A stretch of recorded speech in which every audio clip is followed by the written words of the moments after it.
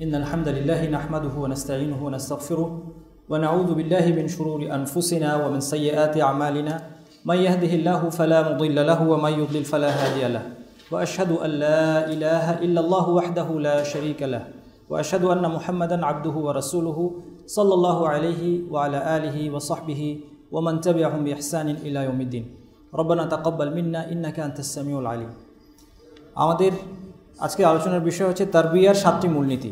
তারবিয়া শব্দটির অর্থ সন্তান প্রতিপালন। সন্তান প্রতিপালনের প্রতিশব্দ হিসেবে আমরা তারবিয়া শব্দটিকে ব্যবহার করেছি, গতদিনও করেছি, আজকেও করব ইনশাআল্লাহ।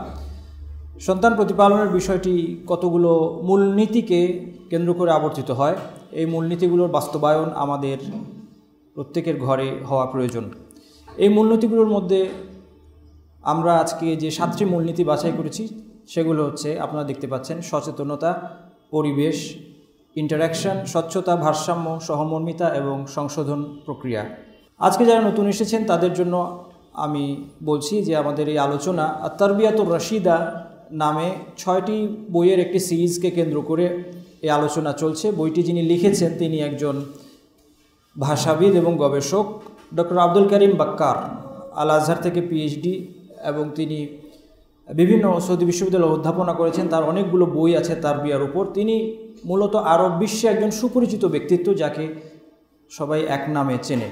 আমাদের তারবিয়ার 7টি মূলনীতি, আলোচ্য 7টি মূলনীতি। প্রথমটি হচ্ছে সচেতনতা। সচেতনতা বলতে আমরা বোঝাচ্ছি তারবিয়ার প্রকৃতি বোঝা, তারবিয়া কী এবং তারবিয়া কী নয়। তারবিয়া এর একটি সংজ্ঞা যদি আমরা দিতে চাই তাহলে কয়েকটি বৈশিষ্ট্যের আলোকে আমরা তারবিয়াকে ব্যাখ্যা করতে পারি। তারবিয়া হচ্ছে একটি পূর্ণকালীন, কষ্টসাধ্য, চলমান, দ্বিমুখী, পাত্রভেদে পরিবর্তনশীল এবং সামাজিক প্রক্রিয়া। পূর্ণকালীন অর্থাৎ ফুল টাইম, কষ্টসাধ্য, চলমান, কন্টিনিউয়াস, এটা চলবে, যতদিন সন্তান আছে ততদিন তারবিয়া চলবে, এবং দ্বিমুখী অর্থাৎ এটি মা বাবা কিংবা মুরব্বীর পক্ষ থেকে একতরফা আদেশ নিষেধের সমষ্টি নয়, এটি দ্বিমুখী প্রক্রিয়া। 5 নম্বর, এটি পাত্রভেদে পরিবর্তনশীল। এক একজন সন্তানের জন্য যে তারবিয়ার প্রক্রিয়া প্রয়োগ করতে হবে সেটা এক এক রকম হতে হবে, সেটাই স্বাভাবিক। সবার তারবিয়া একরকম হবে না, একই প্রক্রিয়া একই পদ্ধতিতে হবে না, সর্বযুগেও সেটা একরকম হবে না। এবং সর্বশেষ হচ্ছে এটি একটি সামাজিক প্রক্রিয়া। সমাজের অন্যান্য মানুষরা এতে ইনভলভড। শুধু মা বাবা একাই একটা বাচ্চাকে মানুষ করেন না, সেখানে আত্মীয় স্বজন, দাদা দাদি, নানা নানি আছেন, চাচা ফুপু খালা মামা আছেন, বন্ধুবান্ধব, প্রতিবেশী, এছাড়া সে যে স্কুলে যাচ্ছে সে স্কুলের পরিবেশ, বন্ধুবান্ধব, অনেক কিছু এখানে ইনভলভড। এই জন্যই তারবিয়া প্রক্রিয়া শুরু করার পূর্বে, প্রয়োগের পূর্বে তারবিয়াকে সঠিকভাবে বুঝতে হয়। তারবিয়া কি নয়, এখানে অনেক কিছু বলা যেতে পারে। তার মধ্যে একটি অন্যতম বিষয় হচ্ছে তারবিয়া কোনো প্রতিক্রিয়ামূলক আচরণ নয়। আমাদের সমাজে সাধারণত হয়তোবা বেশিরভাগ পরিবারে তারবিয়ার প্রক্রিয়াটি চলে একটি স্বতঃস্ফূর্ত এবং প্রতিক্রিয়ামূলক একটি প্রক্রিয়া হিসেবে। কোনো একটি ঘটনা ঘটলো, তার রিয়াকশনে মুরব্বীরা কিছু কাজ করেন, কিছু কথা বলেন, এটাই হচ্ছে তারবিয়া। এর পেছনে পূর্ব পরিকল্পনা অথবা জ্ঞান অর্জন এই বিষয়গুলো অনুপস্থিত থাকে। আর এই জন্যই আমরা আমাদের এই আলোচনাগুলো করছি, যেন আমরা জেনে বুঝে সঠিকভাবে এই তারবিয়ার গুরু দায়িত্ব বহন করতে পারি। সচেতনতার মধ্যে আরেকটি অংশ আছে বর্তমান সময় সম্পর্কে সচেতনতা। বর্তমান যুগের বৈশিষ্ট্যগুলো, এগুলোকে বোঝা এবং আমাদের সন্তানদের উপর এগুলোর প্রভাব কী সেটা বোঝা। বিশ্বায়ন, তথ্য প্রবাহ, কম্পিউটার, ইন্টারনেট ইত্যাদির প্রভাব আমাদের সন্তানদের উপর কেমন, এগুলো একসময় ছিল না, এখন আছে। আমাদের যুগে যা কিছু আমাদেরকে প্রলুব্ধ করত, আমাদের কাছে আকর্ষণীয় ছিল, আমাদের কামনা বাসনার লক্ষ্য ছিল, আজকের সন্তানদের কাছে সেটা ভিন্ন কিছু। এই পরিবর্তনকে আমাদের বুঝতে হবে, বর্তমান সময়কে বুঝতে হবে। তারবিয়াকে কখনোই সময় থেকে নিরপেক্ষ একটি প্রক্রিয়া হিসেবে দেখা সম্ভব নয়। সচেতনতা নিয়ে আর বেশি কথা আমরা বাড়াবো না, আমরা দ্বিতীয় মূলনীতিতে চলে যাই, সেটা হচ্ছে পরিবেশ। তারবিয়ার আলোচনায় অন্যতম গুরুত্বপূর্ণ যে আলোচনা তা হচ্ছে পরিবেশ নিয়ে আলোচনা। আর পরিবেশ বলতে এখানে আমাদের উদ্দেশ্য ঘরের পরিবেশ। ঘরের পরিবেশ হচ্ছে তারবিয়ার মূল বিষয়। যদি প্রশ্ন করা হয় যে তারবিয়া ব্যর্থতার, সন্তান প্রতিপালনের ব্যর্থতার অন্যতম মূল কারণ কি? তাহলে দুটি কারণকে আমরা সেখানে চিহ্নিত করতে পারি। একটি হচ্ছে অবহেলা এবং দ্বিতীয়টি হচ্ছে কাঠিন্য। ইউএসএতে একটি গবেষণা চালানো হয় দুই ধরনের সন্তানদের উপর। একদল তারা বিত্তবানদের সন্তান, সচ্ছল পরিবারের সন্তান, কিন্তু তারা মা বাবা কর্তৃক অবহেলিত, অর্থাৎ তাদেরকে দেওয়ার মতো সময় মা বাবার নেই, ফলে তারা বেড়ে উঠেছে কর্মচারী, ড্রাইভার, কাজের লোকদের হাতে। দ্বিতীয় প্রকার বাচ্চারা, তারা জেলখানায় বড় হয়েছে, তাদের মায়েরা কয়েদি, ফলে জেলখানায় তাদের জন্ম এবং মায়ের সাথে তারা জেলখানার পরিবেশে যে কাঠিন্য, সেই কাঠিন্যের মধ্যে তারা বড় হয়েছে। এই স্টাডিতে যেটা দেখা যায়, তারা দেখিয়েছেন, যারা গবেষণা করেন তারা দেখিয়েছেন যে এই দুই শ্রেণীর বাচ্চারাই সমাজের অন্যান্য সন্তানদের থেকে পিছিয়ে থাকার ক্ষেত্রে সমান অবস্থানে আছে। অর্থাৎ এই স্টাডি থেকে একটা ইঙ্গিত পাওয়া যায় যে বাচ্চাদের জন্য কঠিন পরিবেশ, কাঠিন্য, কঠোরতা, কর্কশতা, দারিদ্র্য, বিভিন্ন ধরনের বিপদ আপদ, যদি ছোটোবেলা থেকে একটা বাচ্চা বিভিন্ন বিপদ আপদের সম্মুখীন, দারিদ্র্যের সম্মুখীন, ক্ষুধার সম্মুখীন হয়, অথবা যুদ্ধবিগ্রহ আক্রান্ত পরিবেশের সম্মুখীন হয়, অথবা খুব কঠোর শাসনের সম্মুখীন হয়, তাহলে তাদের উপর সেই পরিবেশের যে প্রভাব পড়ে, একইভাবে যারা বিত্তবান, সচ্ছল কিন্তু মা বাবা কর্তৃক অবহেলিত হচ্ছে, তাদের উপরও একই ধরনের প্রভাব পড়ে থাকে।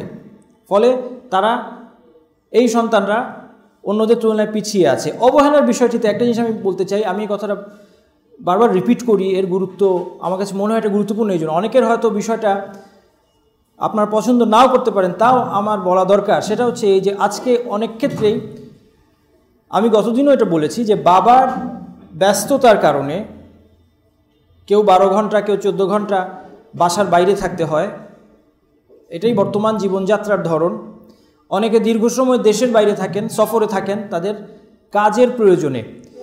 এই একটি বিষয় আমি বারবার বলি যে এই একটি বিষয়, তারবিয়া প্রক্রিয়ায় বাবার অনুপস্থিতি, অর্থাৎ তার ভূমিকা শুধুমাত্র অর্থ যোগান দেওয়া, তার কাজ অর্থ যোগান দেওয়া, আর বাকি সব কিছু মা দেখছেন, এই অনুপস্থিতি, এটা আমি বলবো যে এই যে অবহেলার দিকটি আছে, যে কারণে তারবিয়া ব্যর্থ হতে পারে, সেই অবহেলার আমরা বলতে পারি 30-40% হয়তোবা এই বাচ্চারা অবহেলিত হচ্ছে। বাবা অবহেলা করতে চাচ্ছেন তা নয়, অবশ্যই বাবা অবহেলা করতে চাচ্ছেন না, বাবা সন্তানের কল্যাণ চান, কিন্তু এই বাবার দীর্ঘ সময় কর্মক্ষেত্রে থাকার কারণে, কাজের চাপ বেড়ে যাওয়ার কারণে, অথবা দেশের বাইরে অথবা এলাকার বাইরে থাকার কারণে বাচ্চারা বঞ্চিত হচ্ছে তারবিয়া থেকে।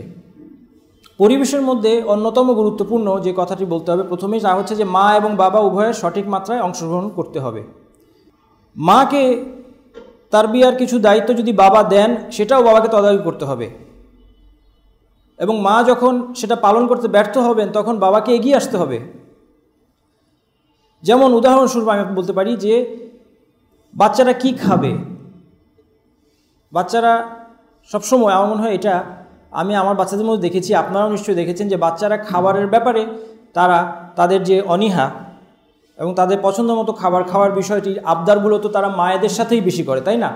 কারণ রান্নাবান্নার দায়িত্ব মায়ের। বাচ্চার খাওয়ার কথা আটার রুটি, কিন্তু বাচ্চা মায়ের কাছে ঘ্যান ঘ্যান করছে, মায়ের কাছে আবদার করছে সে আটা রুটি খাবেই না, তখন মা বাধ্য হয়ে তাকে নাগেট ভেজে দিলেন, ফাস্টফুড পেলে বাচ্চা খুশি হয়। এখনকার সমাজে বড় সমস্যা। আমি তো রাস্তাঘাটে বের হলে, মসজিদে নামাজে গেলে শুধু মোটা বাচ্চা দেখতে থাকি। আমি বাচ্চাদের দেখতে থাকি যে কতগুলো বাচ্চা এরকম অস্বাভাবিক রকম মোটা। আমার দৃষ্টিতে আমার চোখে যা পড়ে, সচ্ছল পরিবারে বেশিরভাগ বাচ্চা স্থূলকায়।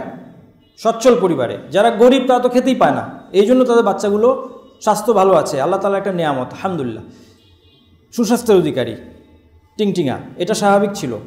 কিন্তু সচ্ছল পরিবারের বাচ্চারা ফাস্টফুড খেয়ে এখন স্থূলকায়, এবং মা বাবা তাদের স্বাস্থ্যের পার্মানেন্ট ড্যামেজ করছেন ফাস্টফুড খাওয়ার মাধ্যমে। এখন যখন মা এই খাদ্যাভ্যাস যা হওয়া উচিত সে প্রয়োগ করতে ব্যর্থ হচ্ছেন, কেননা বাচ্চার আবদারে আর না পেরে একসময় মা সারেন্ডার করছেন, তখন বাবাকে হস্তক্ষেপ করতে হবে। সবাইকে ডেকে মিটিং করে বাবা বলবেন যে বাবারা, তোমরা যে খাবার পছন্দ করো সেটা আমরা 1 দিন 2 দিন মাঝে মধ্যে অকেশনালি খাবো, কিন্তু প্রতিদিনের নাস্তায় অথবা দুপুরের খাবার আমরা যে মেনু ঠিক করব, আমি খাবার টেবিলে যে খাবারটা আসবে সেটাই তোমাদের খেতে হবে, এটা রুল। নাগেট থাকবেই না, যে নাগেট বাধ্য হয়ে মা ভেজে দিচ্ছেন সেটা ঘরের মধ্যে থাকবে না, বাবা এনশোর করবেন। এই জন্য বাবাকে অবশ্যই টাইম দিতে হবে, ইনভলভ হতে হবে। এখন সকালের নাস্তার টেবিলে বাচ্চা যখন আবদারগুলো করছে, বাবা তখন ঘুমে থাকলে নিশ্চয়ই এটা হচ্ছে না। তেমনি বাবা যদি বাচ্চাদেরকে সময় না দেন আর সপ্তাহে একদিন অথবা মাসে একদিন বসে 1 ঘন্টা 2 ঘন্টা একটা মিটিং করে সব ডুজ অ্যান্ড ডু নটস বলতে থাকেন, তাহলে সেটা কার্যকর হবে না। এটা তো আপনার অফিস না যে আপনি একটা মিটিং করে বলে দিলেন যে এখন থেকে অফিসে এই মিটিং চলবে, এটা বাসা। তাহলে এখানে বাবার ইনভলভমেন্ট প্রয়োজন আছে। এটাই আমি শুধু একটা ছোট্ট উদাহরণ দিলাম। এমনিভাবে বাচ্চার সব কিছু, বাচ্চা লেখাপড়ায় যদি পিছাতে থাকে, শুধু মাকে দোষ দিয়ে লাভ নেই, বাবাকে দেখতে হবে যে কোথায় সমস্যা, কিভাবে এই সমস্যার সমাধান করা যায়। স্কুলে সমস্যা, না বাসার পরিবেশ সমস্যা, নাকি আমার বাসায় মেহমান বেশি আসে যে বাচ্চা মন দিতে পারে না, নাকি তাকে বেশি ঘরের কাজ দেওয়া হয়, নাকি অন্য কোনো ডিস্ট্র্যাক্টিং ফ্যাক্টর আছে, বের করতে হবে বাবাকে। গুরুত্বপূর্ণ বিষয়। দ্বিতীয় যে পয়েন্ট আমি বলবো যে ঘরের পরিবেশ আপনি সুন্দর করবেন কিভাবে। ছোটরা অবশ্যই বড়দেরকে দেখে শিখবে। বাবা যদি রাত 12টা পর্যন্ত জেগে থাকে আর বাচ্চাদেরকে 10টায় ঘুমাতে বলে, এটা কাজ করবে না, ওয়ার্ক করবে না।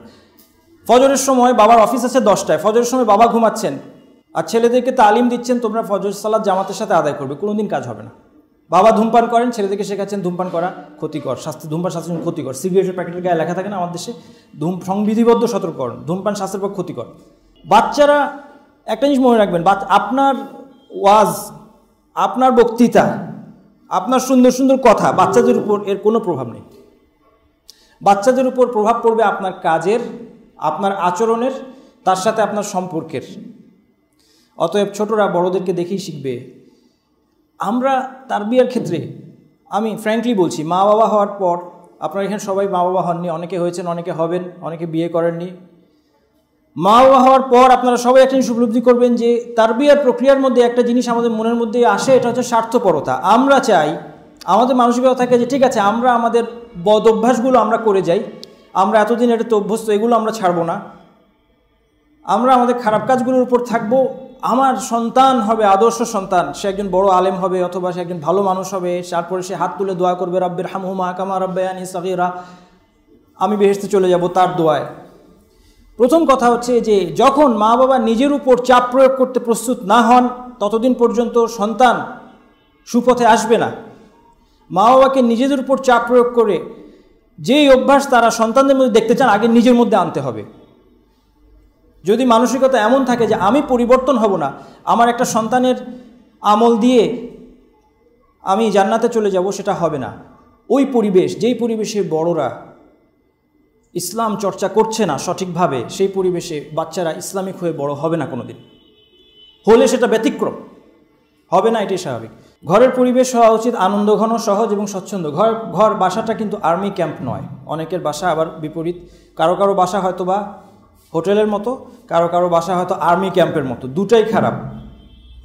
বাসার পরিবেশ আনন্দঘন, সহজ, স্বচ্ছন্দ হওয়া উচিত। আমাদের মনে রাখা উচিত যে দাঁত আওরাত নয়। এই ফতোয়া আমরা সবাই দিতে পারি যে দাঁত আওরাত নয়। কথার মানে হচ্ছে যে আপনার দাঁত যদি দেখা যায় এতে কোনো গুনাহ হয় না। আল্লাহ বলেননি যে দাঁতকে ঢেকে রাখতে হবে। তাহলে হাসুন, আমরা হাসতে পারি, আমরা বাচ্চাদের সাথে হাসতে পারি, আমরা আমাদের দিনী ভাই এবং বন্ধুদের সাথে হাসতে পারি। দাওয়াতি ক্ষেত্রে আমরা একটু হাসলে আমার দাঁত দেখা গেলে কোনো অসুবিধা নেই, এটা পর্দা নয়। সহজতার ব্যাপারে আল্লাহ রাসূল সাল্লাল্লাহু আলাইহি ওয়াসাল্লাম বলেছেন ইয়াসসিরু ওয়ালা তুআসসিরু, সহজ করো, কঠিন করো না। বাশশিরু, সুসংবাদ দাও, ওয়ালা তুনাফিরু, মানুষকে তাড়িয়ে দিও না, সহজ করো। সহজ করবেন কোথায়? সবচেয়ে আগে পরিবারে। এরপর আরও অনেক আয়াত এবং হাদিস আছে। ইউরিদুল্লাহু বিকুমুল ইউসরা, আল্লাহ তোমাদের জন্য সহজতা চান। আমাদের শরীয়তটা সহজ। আমাদের শরীয়তটাকে আমরা কল্পনা করতে একটা বড় সার্কেলের মতো। এই সার্কেলের মধ্যে আমাদেরকে ছুটোছুটি করার অনুমতি দেওয়া হয়েছে। এই সার্কেলের বাইরে, এই দাগের বাইরে যাওয়া যাবে না, কিন্তু এই দাগটা অনেক বড়, সেখানে অনেকটা প্রশস্ততা, সহজতা আছে। আমাদের ঘরেও সেটা থাকা চাই। ঘরের পরিবেশ হবে শান্ত এবং নিরাপদ। ঘরের পরিবেশ শান্ত হবে যদি ঘরের মধ্যে দাম্পত্য কলহ চলে, ঘরের মধ্যে যদি বউ শাশুড়ির ঝগড়া চলে সারাদিন, দাম্পত্য কলহ চলে, মা বাবা কেউ কাউকে, একজন আরেকজনকে অপমান করছেন, একজন আরেকজন ঝগড়ায় লিপ্ত, বড়রা সেখানে ঝগড়াঝাটি করছে, তাহলে সেই বাসার পরিবেশ শান্ত থাকবে না। বাচ্চাদের মানসিক স্বাস্থ্যে ব্যাঘাত ঘটবে। এবং বাচ্চারা নিরাপত্তার অনুভূতি হারাবে। ঘরের পরিবেশ হবে ভালোবাসা, দয়া এবং কোমলতায় পূর্ণ। ইসলামে, কোরআন এবং হাদিসে কোমলতা নিয়ে খুব সুন্দর সুন্দর কথা আছে। উদউ ইলা সাবিল রাব্বিকা বিল হিকমা ওয়াল মাউইযাতিল হাসানা, রবের পথের দিকে ডাকো হিকমত এবং উত্তম ভাষণ সহকারে। এই আয়াতে সরাসরি কোমলতার কথা আসেনি, যদিও এই ভাইয়ের উত্তরটা একভাবে সঠিক ধরা যায় যে উত্তম ভাষণের মধ্যে সেখানে কোমল হবে, সেটা নম্র হবে, কিন্তু সরাসরি কোমলতা নম্রতা নিয়ে কিছু হাদিস আছে। যেমন আমি আপনাকে একটা হাদিস আজকে দেখাবো, এটা আমার দৃষ্টিতে একটা জেম, একটা অমূল্য রত্ন। এই হাদিসটা, এটি সহিহ হাদিস, ইমাম আহমদ বর্ণনা করেছেন। ইযা আরাদাল্লাহু আযজা ওয়া জাল্লা বিআহলি বাইতিন খায়রান আদখালা আলাইহিমুর রিফকা, আল্লাহ কোনো পরিবারের কল্যাণ চাইলে তাদের মধ্যে কোমলতা প্রবেশ করান। আল্লাহু আকবার। যে পরিবারের মানুষগুলো কোমল, নম্র স্বভাবের, সুভাষী, সে পরিবার যেন আল্লাহ তাদের কল্যাণ চাচ্ছেন। এটা আল্লাহর কল্যাণের লক্ষণ। ওই পরিবারের মানুষ কোমল হওয়া, নম্র হওয়া, এগুলো ভালো গুণ। ইন্নাল্লাহা রফিকুন ইউহিব্বুর রিফকা ফিল আমরি কুল্লিহি। অন্য হাদিসে এসেছে আল্লাহ সুবহানাহু ওয়া তাআলা রফিক, দয়ালু। আল্লাহ তাআলা রফিক, ইউহিব্বুর রিফকা ফিল আমরি কুল্লিহি, সকল বিষয়ে তিনি কোমলতা পছন্দ করেন। ইন্নার রিফকা লা ইয়াকুনু ফি শাইইন ইল্লা জানা, যে জিনিসের মধ্যে কোমলতা থাকবে সেটা কোমলতা একে সৌন্দর্যমণ্ডিত করে। ওয়ালা ইউনজাউ মিন শাইইন ইল্লা শানা, কোনো বিষয় থেকে যদি কোমলতা উঠিয়ে নেওয়া হয় সেটা বিষয়টা কুৎসিত হয়ে যায়। প্রেজেন্টেশনের স্লাইড হিসেবে এটা খুব খারাপ, এটা আপনাদের দেখার জন্য আসলে আমি রাখিনি। যাই হোক, আমি এটা আমার দেখার জন্য এনেছি। এটি একটি হাদিস। এই হাদিসের মধ্যে একবার একদল বেদুইন এসে আল্লাহ রাসূল সাল্লাল্লাহু আলাইহি ওয়াসাল্লামকে জিজ্ঞাসা করেন, সাহাবীদেরকে জিজ্ঞাসা করেন, তুকাব্বিলুনা সিবিয়ানাকুম, আপনারা কি আপনাদের বাচ্চাদেরকে চুমু খান? ফাকালু নাম, তারা বললেন যে হ্যাঁ। ফাকালু লাকিন্না ওয়াল্লাহি লা মা নুকাব্বিল, আমরা কখনো চুমু খাই না বাচ্চাদেরকে, এটা পুরুষত্ব বীরত্বের লক্ষণ, আমরা কোনোদিন বাচ্চাদেরকে চুমু দিই না। আল্লাহ রাসূল সাল্লাল্লাহু আলাইহি ওয়াসাল্লাম বললেন, ওয়া আমলিকু ইন কানা আল্লাহু নাযা মিনকুম রাহমা, আল্লাহ তোমাদের অন্তর থেকে রহমত নিয়ে তুলে নিলে আমি কি করার আছে আমার। অন্য হাদিসে এসেছে, হয়তো এটা একই বর্ণনা অথবা ভিন্ন ঘটনা, আমার জানা নেই। এই হাদিসে বলা হয়েছে আকরা ইবনু হাবিস নামক একজন, তিনি দেখলেন নবী সাল্লাল্লাহু আলাইহি ওয়াসাল্লাম হাসান রাদিয়াল্লাহু আনহুকে চুমু খাচ্ছেন, নাতিকে তিনি চুমু খাচ্ছেন। ফাকালা ইন্নালি, আকরা ইবনু হাবিস এই দৃশ্য দেখে বলছে, ইন্নালি আশারাতান মিনাল ওয়ালাদি মা ক্বাব্বালতু ওয়াহিদান মিনহুম, আমার 10টা বাচ্চা আছে, কাউকে চুমু দিইনি কোনোদিন।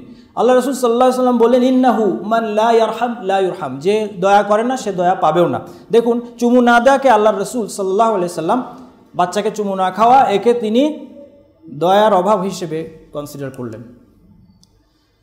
সন্তানদের সাথে আমাদের আচরণ কেমন হবে? আজকে বাচ্চারা অনেক ক্ষেত্রে আমরা সমাজে যা দেখতে পাই যে তাদেরকে সন্দেহের চোখে দেখা হয় অনেক বিষয়ে, যে তারা দুষ্টুমি করবে, তারা মিথ্যা কথা বলবে, তারা বিশ্বাস ভঙ্গ করবে, এবং তাদের মন মস্তিষ্কে এরকম একটা ইমেজ তৈরি করে দেয়া হয় যে তুমি তো দুষ্টু, তুমি তো কথা শোনো না, তুমি তো লেখাপড়া অমনোযোগী, তুমি বিশ্বস্ত নও ইত্যাদি।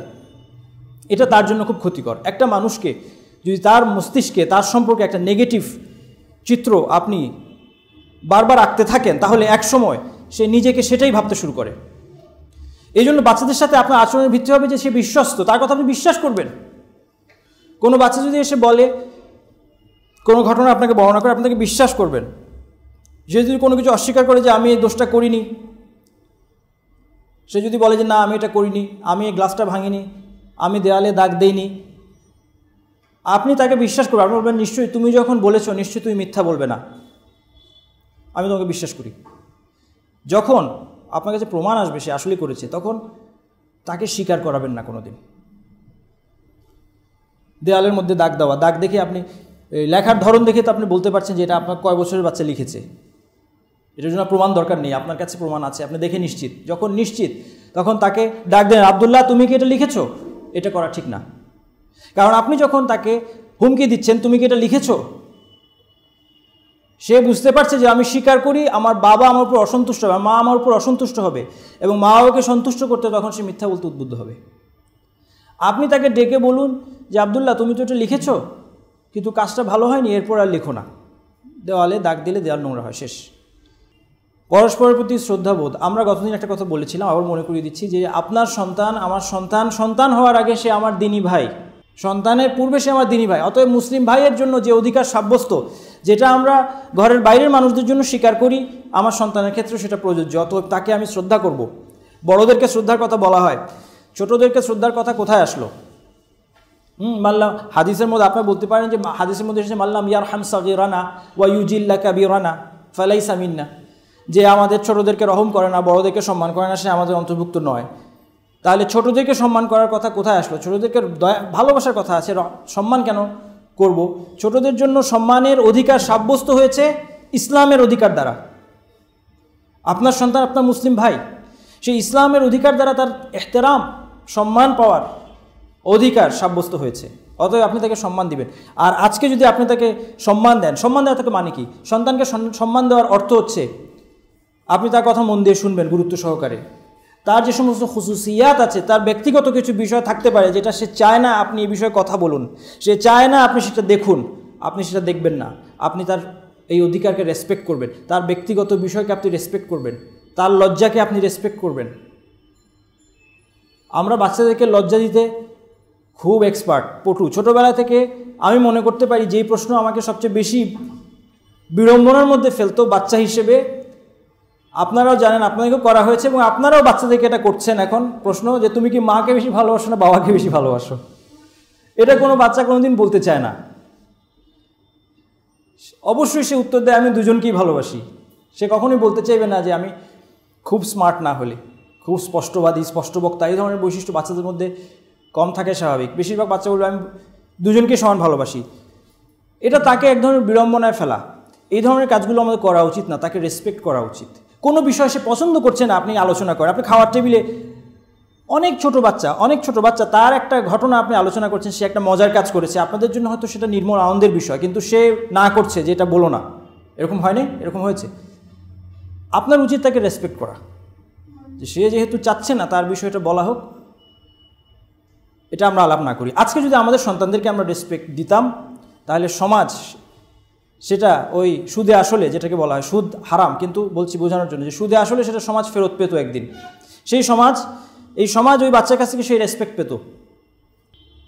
ঘরের পরিবেশ হবে সুশৃঙ্খল। আমি একটু আগে বলেছিলাম ঘরের পরিবেশটা আর্মি ক্যাম্প হবে না, কিন্তু কিছু বিষয় হাতে গোনা কয়েকটি বিষয়ে শৃঙ্খলা থাকা উচিত।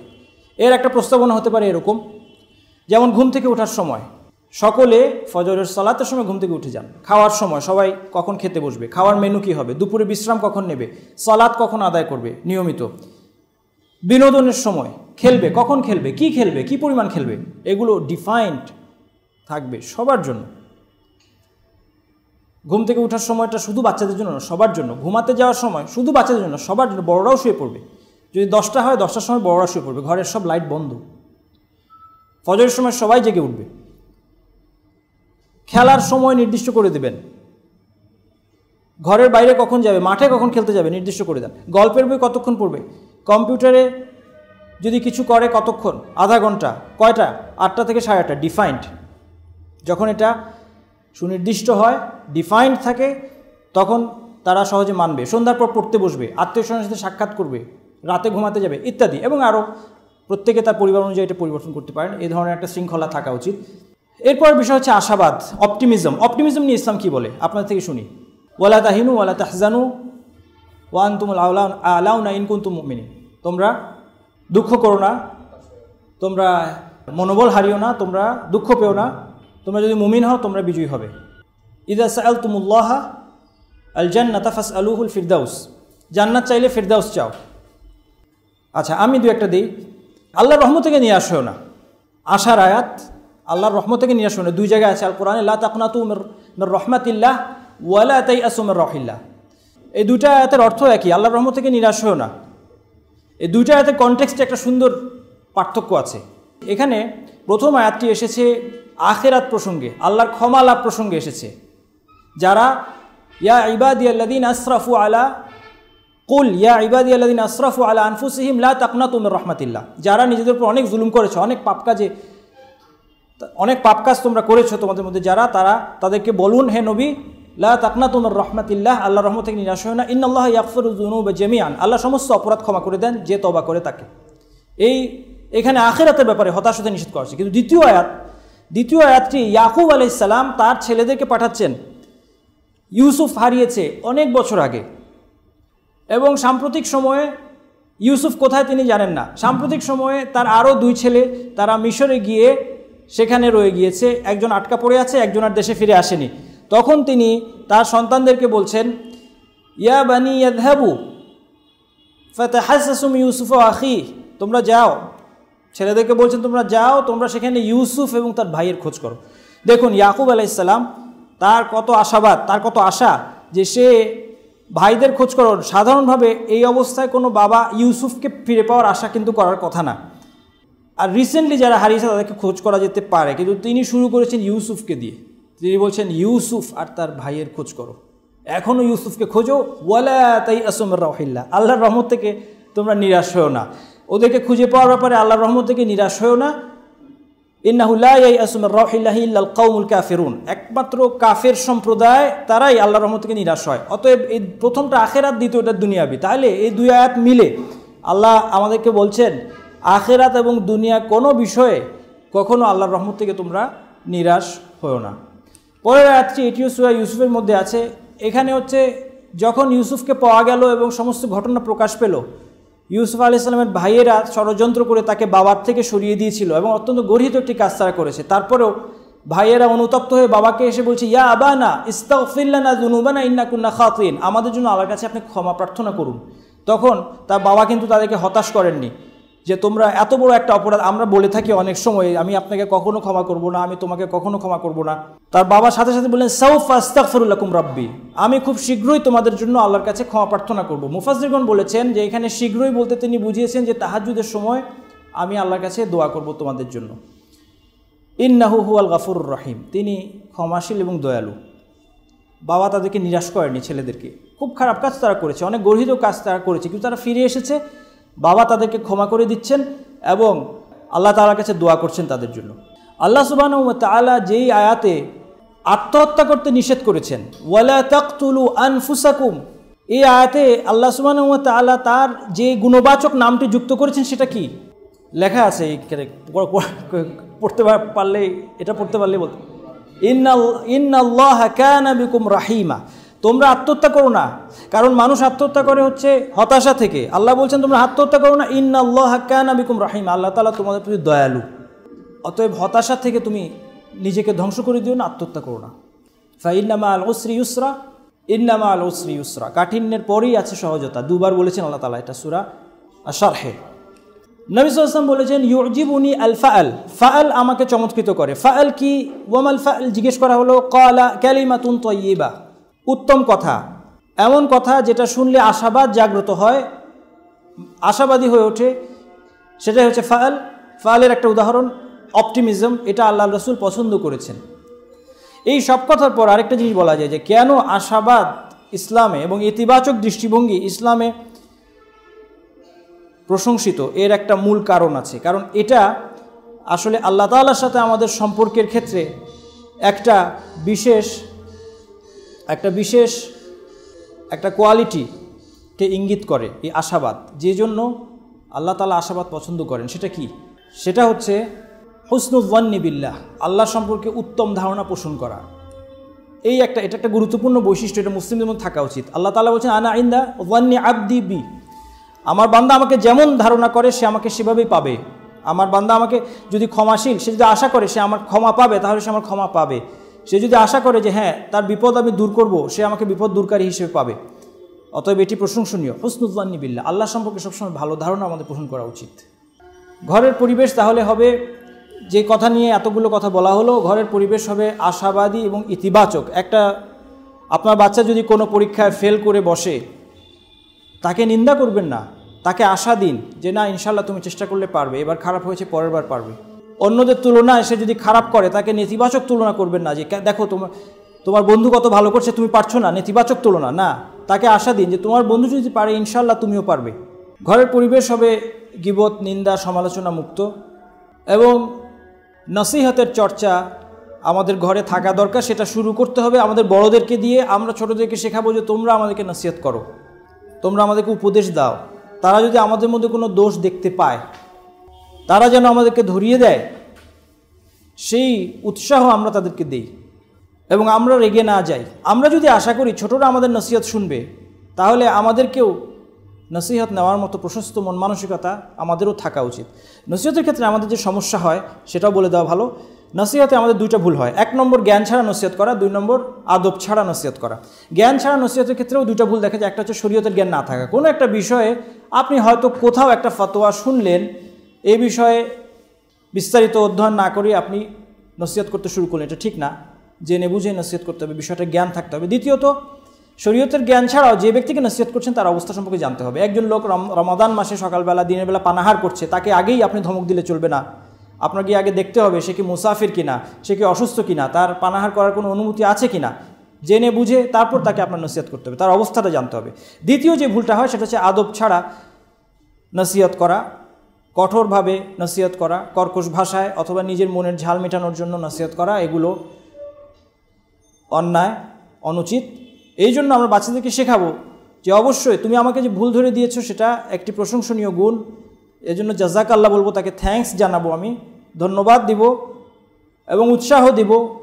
সেই সাথে তাকে আমি আদব শেখাবো যে হ্যাঁ, সবসময় তুমি আমাকে বলবে, আমার কোনো দোষ তোমার মনে হলে তুমি বলবে, আমার সাথে আলোচনা করবে, কিন্তু আদবের সাথে, আদবের সাথে, হইচই করে নয়, চিৎকার করে নয়, মাথা গরম করে নয়। এবং আমরাও সেটা করার চেষ্টা করব। সকলের আচরণ আদবপূর্ণ হওয়া চাই, সবাই সবাইকে সালাম দিবে, সবাই সবাইকে রেসপেক্ট করে কথা বলবে ঘরে।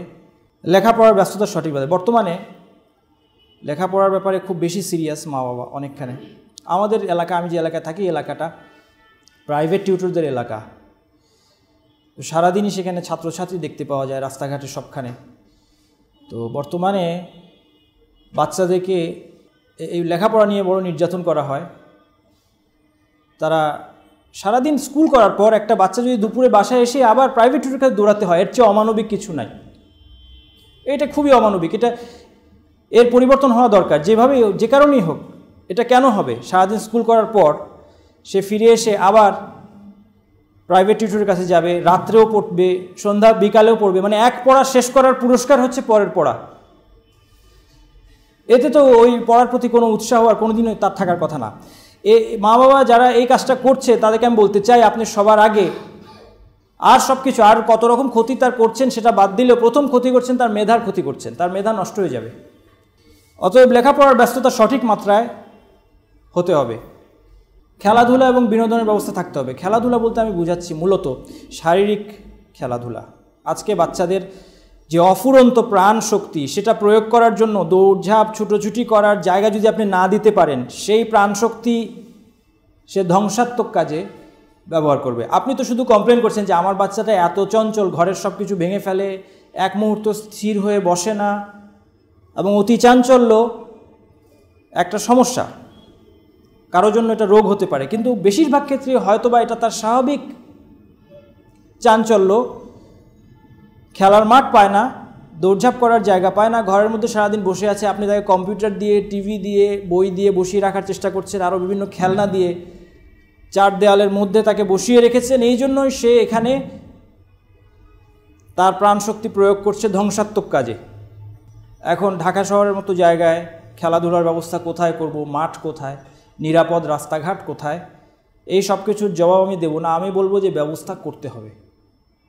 যদি আমরা সুসন্তান বড় করতে চাই, ব্যবস্থা করতে হবে। কিভাবে করব এখন আসুন ভাবি। কিন্তু এগুলোর কোনো বিকল্প নেই। খেলাধুলার প্রয়োজন যে বাচ্চার আছে, ছোটোছুটির প্রয়োজন আছে, এটা কোনো বিকল্প দিয়ে আপনি এটাকে বন্ধ রাখতে পারবেন না। বিনোদন এবং অন্যান্য বিনোদন, সেটাও সঠিক মাত্রায় থাকতে হবে। ঘরের পরিবেশে ইনসাফ থাকবে। আল্লাহ রাসূল বলেছেন, ফাত্তাকুল্লাহ ওয়া আদিলু বাইনা আওলাদিকুম, তোমরা আল্লাহকে ভয় করো এবং তোমাদের সন্তানদের মধ্যে আদল করো। কোনো সন্তানের প্রতি আপনার অতিরিক্ত ভালোবাসা যেন প্রকাশ না পায়। উপহার, যদি একে 500 টাকার উপহার দেন, একেও 500 টাকার উপহার দেবেন। একে যদি চুমু দেন, ওকেও চুমু দেন। এর মাথায় হাত বোলালে ওর মাথায় হাত বোলান। বাচ্চারা খুব সামান্য যদি আপনার এই আদলের মধ্যে ত্রুটি হয়, বাচ্চারা সেটা মার্ক করবে এবং তাদের মধ্যে ক্ষোভ জন্ম নেবে, তারা বঞ্চিত হিসেবে নিজেকে ফিল করবে। এটাও জরুরি বাসার পরিবেশের সুস্থতার জন্য। উপেক্ষা এবং ক্ষমা প্রদর্শন ইসলামে অত্যন্ত প্রশংসিত একটি গুণ এবং আল্লাহ তাআলা একে বিভিন্নভাবে উৎসাহ দিয়েছেন। আমি আপনার সামনে দুটো আয়াত নিয়ে আসবো। এই প্রথম আয়াতটি সূরা নূরের আয়াত, ওয়ালা ইয়াতালি উলুল ফাদলি মিনকুম ওয়াসআতি আন ইউতু লিল কুরবা ওয়াল মাসাকিন ওয়াল মুহাজিরিন ফি সাবিলিল্লাহ। আল্লাহ তাআলা বলছেন যে যাদেরকে আল্লাহ সুবহানাহু ওয়া তাআলা সামর্থ্য দিয়েছেন, সম্পদশালী, তারা যেন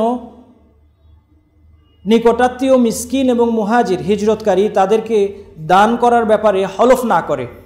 হলফ করা মানে যে তাকে আমি দেব না, এ কথা যেন তারা না বলে। ওয়াল ইয়াফু ওয়াল ইয়াসফাহু, বরং সে যেন উপেক্ষা করে, ক্ষমা করে দেয়। আলা তুহিব্বুনা ইয়াগফিরাল্লাহু লাকুম, তোমরা কি এটা চাও না যে আল্লাহ তোমাদেরকে ক্ষমা করে দিক? ওয়াল্লাহু গফুরুর রহিম, আল্লাহ তাআলা ক্ষমাশীল এবং দয়ালু।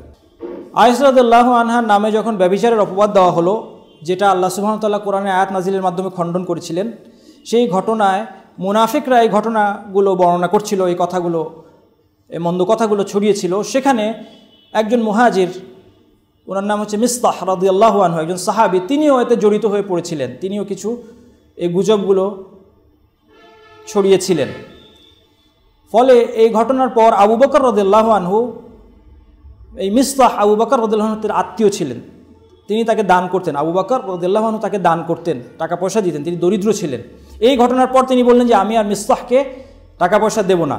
দেখুন এই ঘটনা, এটা কিন্তু একটা পরিবারের জন্য অনেক বড় ঘটনা, এবং বাবার এই রাগটা থাকাই স্বাভাবিক। এটা এখানে রাগ করার অনেক বড় কারণ আছে। আমরা ছোটোখাটো কারণে কত রাগ করে বসে থাকি, বছরের পর বছর, মাসের পর মাস, দিনের পর দিন আমরা রাগ করি। এটা সত্যিই একটা রাগ করার মতো কারণ।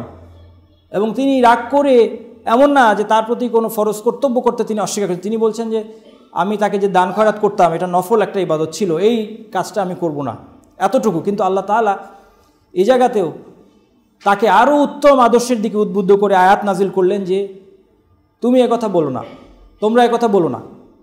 এটা শুধু এই ঘটনার জন্য প্রযোজ্য নয়, সবখানে প্রযোজ্য। তাকে উৎসাহ দেওয়া হলো যে এটা যেন তো এরকম যেন কেউ না বলে। ওয়াল ইয়াফু ওয়াল ইয়াসফাহু, বরং সে উপেক্ষা করে এবং ক্ষমা করে। কেন? এর একটা বড় ফায়দা হচ্ছে, আল্লাহ তাআলা আমাদেরকে উৎসাহ দিচ্ছেন। আলা তুহিব্বুনা আন ইয়াগফিরাল্লাহু লাকুম, তোমরা কি পছন্দ করো না যে আল্লাহ তোমাদেরকে ক্ষমা করুক? তোমাদেরকে ক্ষমার দরকার হবে না? তোমরা কি নিজেরা, তোমাদের অনেক গুনাহ নেই যেটার বিষয়ে তোমাদের ক্ষমার প্রয়োজন হবে? তাহলে মানুষকে কেন তোমরা ক্ষমা করছো না? এই একটা যদি আমরা বুঝতাম, এই আয়াতটা, তাহলে মানুষকে সহজে ক্ষমা করতে পারতাম যে আমি নিজে কত গুনাহগার, আর আমার একদিন ক্ষমার প্রয়োজন হবে। দ্বিতীয় যে আয়াতটা, এটা পরিবার প্রসঙ্গে এসেছে। এই আয়াতে আল্লাহ তাআলা বলছেন ইয়া আইয়ুহাল্লাযীনা আমানু ইন্না মিন আজওয়াজিকুম ওয়া আওলাদিকুম আদুওয়াল লাকুম। অনেক কঠিন কথা। হে ঈমানদারেরা, তোমাদের স্ত্রী অথবা স্বামী এবং সন্তানদের মধ্যে কেউ কেউ তোমাদের শত্রু। আদু, শত্রু। ফাহযারুহুম, তাদের উপরে সাবধান। তারা কিভাবে আপনার শত্রু? এভাবে যখন তারা আল্লাহ তাআলার সীমা লঙ্ঘন করতে, আল্লাহর অবাধ্যতার কাজ করতে অথবা আদেশ পালন থেকে বিরত রাখতে তারা উদ্বুদ্ধ করে। বাচ্চারা মিলে ধরলো যে বাবা আমাদের জন্য একটা টেলিভিশন কিনে নিয়ে আসো, ডিশ চ্যানেল সহ, তাহলে টেলিভিশন দেখতে আর পাশের বাসায় দৌড়াদৌড়ি করতে হবে না। তো বাবা তার ভালোবাসার কারণে বাচ্চাদের আবদার রাখতে না পারে, একটা টেলিভিশন ঘরে নিয়ে আসলেন, ডিশ চ্যানেল, ডিশের লাইন সহ। এই ধরনের ক্ষেত্রে আল্লাহ তাআলা বলছেন ফাহযারুহুম, তাদের ব্যাপারে সতর্ক হও, তারা যেন, তাদের প্রতি ভালোবাসা যেন তোমাকে আল্লাহ তাআলা বেঁধে দেওয়ার সীমা লঙ্ঘনে উদ্বুদ্ধ না করে। কিন্তু এই কঠিন কথাটা বলার পর যেন সন্তানদের প্রতি, স্ত্রীদের প্রতি আচরণ কর্কশ, কঠোর হয়ে না যায়, এই জন্য আল্লাহ তাআলা বলছেন ওয়া ইন তাআফু ওয়া তাসফাহু ওয়া তাগফিরু ফা ইন্নাল্লাহা গফুরুর রহিম। আর যদি তুমি, এখানে তিনটা শব্দ এসেছে, একটা হচ্ছে আফু, একটা হচ্ছে সফহ, একটা হচ্ছে মাগফিরা। এই তিনটার পার্থক্য যে বলতে পারবে তার জন্য দুইটা বই। যদি অনুবাদ করি তাহলে বলতে হবে যে তিনটার অর্থই ক্ষমা করা, তিনটাই ক্ষমা করা অর্থে আসে আরবিতে। আর যদি তুমি ক্ষমা করো এবং ক্ষমা করো এবং ক্ষমা করো, তাহলে আল্লাহ তাআলা ক্ষমাশীল এবং দয়ালু। অনুবাদ, সহজ অনুবাদ। আর যদি আর যদি ভেঙে বলতে, একটা হচ্ছে আফু, একটা হচ্ছে সাফ, একটা হচ্ছে মাগফিরা, তিনটা কাজ করতে পারছে। আফু হচ্ছে যেটা উনি বললেন, উপেক্ষা করা, শাস্তি না দেওয়া, এটা ক্ষমা।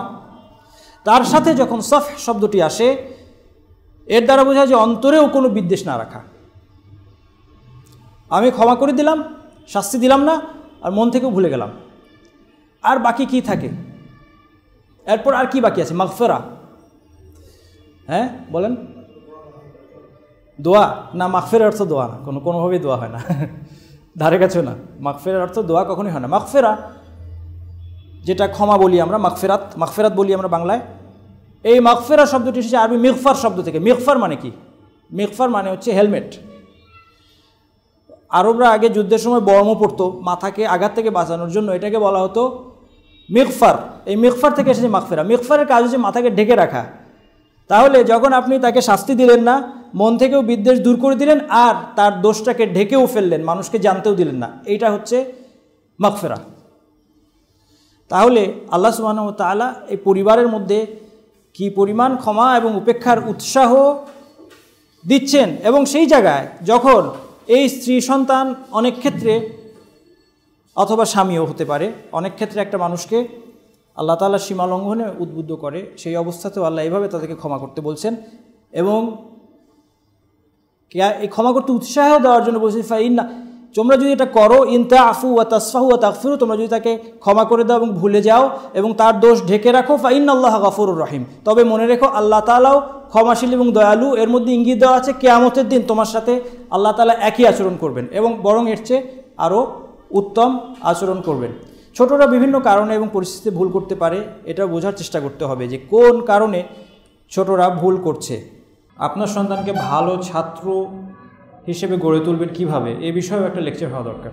আমার ইচ্ছা আছে এই বিষয়ে একটা লেকচার দেওয়ার সবার জন্য। এখানে সাধারণত যারা আসেন আপনারা মোটামুটি সবাই প্র্যাকটিসিং ভাই এবং বোনেরা এখানে আসেন। প্র্যাকটিসিং, নন প্র্যাকটিসিং, এমনকি অমুসলিমদের সন্তানদের জন্য এই লেকচারটা দেওয়া যেতে পারে, কিভাবে আপনার সন্তানকে ভালো ছাত্র হিসেবে গড়ে তুলবেন। এই বিষয়ে একটা লেকচার দিলে আমার মনে হয় এই সন্তানদের প্রতি, বাচ্চাদের প্রতি একটা বড় ইহসান করা হবে। আমাদের সন্তানের তারবিয়ার ক্ষেত্রে যে বিষয়গুলোতে ত্রুটি পরিলক্ষিত হয় তার মধ্যে অন্যতম একটি ক্ষেত্র হচ্ছে লেখাপড়ার পদ্ধতি। যাই হোক, আজকে আলোচনার বিষয় সেটি নয়, আমরা পরিবেশ নিয়ে আলোচনা করছিলাম। সর্বশেষ যে পয়েন্টে আমরা থেমেছি তা হচ্ছে ছোটরা বিভিন্ন কারণে এবং পরিস্থিতিতে তারা ভুল করতে পারে। আমি একবার বাসায় ফিরে দেখলাম আমার দুই ছেলের এক ছেলে, সে তার খাতা থেকে একটা পৃষ্ঠা কেটে ফেলেছে। দেখেই বোঝা যাচ্ছে সেখান থেকে একটা পৃষ্ঠা কাটা হয়েছে। উপরন্তু সে কাটার পরে সেই পৃষ্ঠাটা নিরাপদে সে ডিসপোজ করতে পারেনি, কাটার পরে সেটা ফেলতে ভুলে গিয়েছে। সুতরাং অপরাধের প্রমাণসহ হাতে নাতেই ধরা পড়েছে। সে বলতে চাচ্ছিল যে না, আজকে আমার কোনো বাসায় কোনো পড়া নেই। তো কাটা পৃষ্ঠাটা দেখিয়ে তাকে জিজ্ঞাসা করা হলো যে কী ব্যাপার, পাওয়া গেল সেই পৃষ্ঠা। আসলে পরে বুঝতে পারলাম আমি যে ওই পৃষ্ঠার মধ্যে ওটা ক্লাস ওয়ার্কের খাতা ছিল, কিছু ভুল করেছিল, টিচার সম্ভবত কোনো কমেন্ট লিখেছেন যে এটা আবার করতে হবে বা ও ক্লাসে অমনোযোগী ইত্যাদি, তো সেই জন্য সে ভয় পেয়ে এই কাজটা করেছে। তো যখন আমি এটা বুঝলাম যে সে মূলত ভয় পেয়ে কাজটা করেছে, তখন আমি উপলব্ধি করলাম যে তাহলে হয়তো আমার শাসনে ভয়ের মাত্রাটা বেশি হয়ে যাচ্ছে। এটা উচিত নয়। বাচ্চা যখন কোনো কিছু বলতে ভয় পায় মা বাবাকে, এই অবস্থাটা আদর্শ নয়। তো সেই জন্য একটা বাচ্চা কোন ধরনের মানসিকতা বা কোন ধরনের পরিস্থিতি থেকে এই ভুল করেছে সেটা বোঝাও একটা গুরুত্বপূর্ণ বিষয়। আরবি ও যে বইটা থেকে আলোচনা করছি সেখানে একটা গল্প পড়েছিলাম। সেই ঘটনায় বলছে যে আরবিতে একটা শব্দ আছে কাদ্দাব। কাদ্দাব মানে জানেন আপনারা? কাদ্দাব মানে মহামিথ্যাবাদী। খুব খারাপ একটা শব্দ, খুব খারাপ লোককে বলে কাদ্দাব। তো একবার এক বাচ্চা তার বাবাকে বলছে, তার বাবা কোনো একটা তথ্য ভুল দিয়েছে, মিথ্যা বলেনি, কোনো একটা তথ্য ভুল দিয়েছে। সে বলছে, বাবা তুমি তো একটা কাদ্দাব। তো বাবাকে এখানে অপমান করতে সে চায়নি, তার কাছে ভুল করা আর কাদ্দাব হওয়া একই, এই জন্য সে কথাটা বলেছে। মানুষ ভুল করেই শেখে, ছোটরা কিছু ভুল করবে এবং ভুল করেই তারা শিখবে। আমরা যদি খুব বেশি প্রোটেক্টিভ হই, কোনো সব কিছু বাচ্চারা পারফেক্টলি করবে শুরু থেকেই, সেটা কখনোই হবে না। এই ভুলের মধ্য দিয়ে যেভাবে আমরা শিখেছি, আমাদেরকে অনেক বিষয় মা বাবা অনেকবার সতর্ক করার পরেও নিজেরা সেই ভুলটা করার পরেই আমরা শিখতে পেরেছি যে হ্যাঁ, মা বাবা যা বলেছিলেন সেটাই ঠিক ছিল। তো আমাদের বাচ্চারাও তাই করবে। এবং এরকম ক্ষেত্রে আরেকটা বিষয় আমাদের মনে রাখতে, আমরা আরেকটা ভুল করি, সেটা হচ্ছে মানুষকে, ইন জেনারেল মানুষকে এবং বিশেষভাবে বাচ্চাদেরকে আমরা বলি, তখন মনে করিয়ে দিই যে দেখেছো আমি এই কথা তোমাকে বলেছিলাম আগেই। এটা করাও ঠিক না, কারণ এটা যদি আপনি কাউকে করেন, কাউকে একটা বিষয় সতর্ক করলেন, সে আপনার কথাটা বুঝতে পারলো না, এরপর সে ভুল করে যখন শিখলো এবং ফিরে আসতে চায়, তখন তার মধ্যেই বাধা কাজ করবে যে আমি যদি এখন স্বীকার করি যে আমি ভুল ছিলাম, তাহলে আমাকে কথা শুনতে হবে।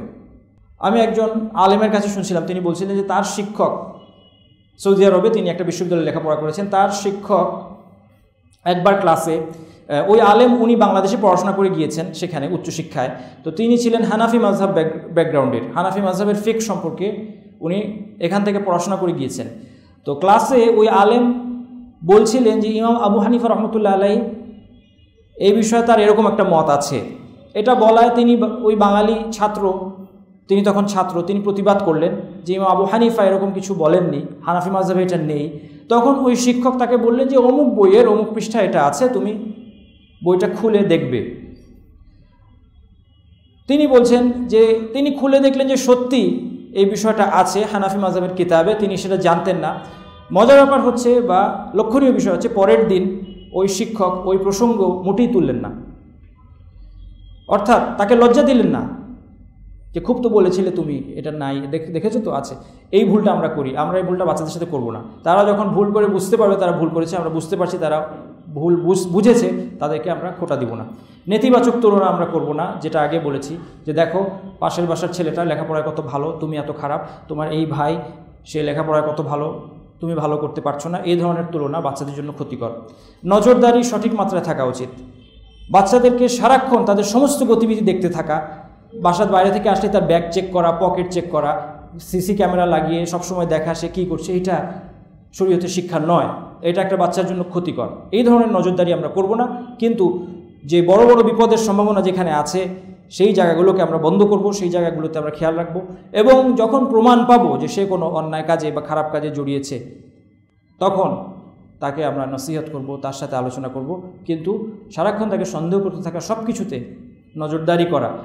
অনেক সময় অনেকে ছেলের সাথে ছেলের বন্ধুর কথা কী হচ্ছে এটা শুনতে চান, এটা শোনার কোনো প্রয়োজন নেই।